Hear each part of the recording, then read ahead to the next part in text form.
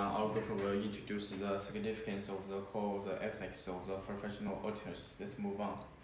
This outline we have the 4 parts. Under the perspective effect of the factors, auditor fee setting has a downward trend in general. Although the auditor fee is not as much profitable to the accounting firms considering the influence to the audit repository market, it's still significant to emphasize the professional auditors' effectively in the context to downward fee pressure. The report issued by ISBA puts forward the insightful view about the issue from the perspective of the core of the effects for the professional accounts. Auditor fee setting is a perspective outcome of the multiple factors such as the characteristics of the auditor units, the requirements and the complexity of the auditing, as well as the market computation. In general, simple field process and efficiency in the auditor methodology lead to the decrease of the auditor fee.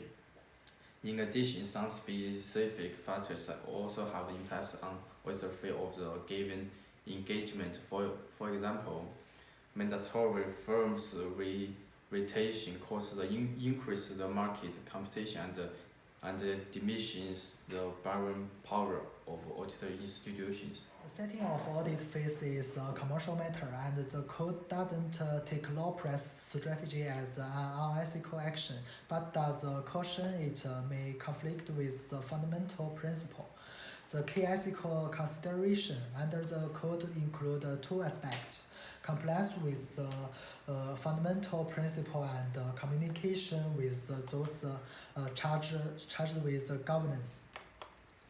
The first aspect emphasizes that auditor should perform high-quality audits regardless of the level of the audit fees. In particular, the auditors should make sure they spend adequate time in accordance with applicable technical and professional standards. Besides, the audit personnel assigned to the work should be eligible and professionals to deal with the specific engagement. At last, the reduction of fees is not the cause of compromise the quality of audit, and the auditor should keep objective and unbiased judgment.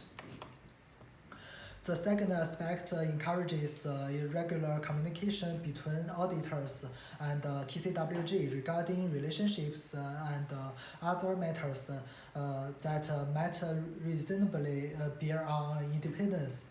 The communication can help identify the intimation threat and find the appropriate action to be taken to mitigate such a threat. Auditors have a primary responsibility for the quality of the audit, while other stakeholders also have an equally important role to make sure the reduction of auditor fees do not impair the quality of it.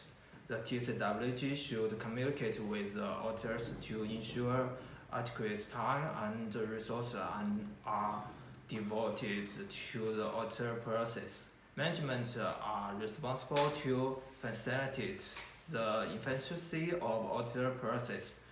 Regulators and audit oversight bodies should be aware of the importance of quality of audit instead of taking audit costs to be minimized. As for the investors, they have a role to play in demanding quality audits for a reasonable price. When facing the ethic matters caused by the downward trend of auditor fees setting, the natural guidance can provide the references in some jurisdiction. The auditors may find it available in tendering for new auditor engagement, proposing or agreeing fees, the recurring auditor engagement, and playing and performing the audit. This is our reference. Thanks for watching.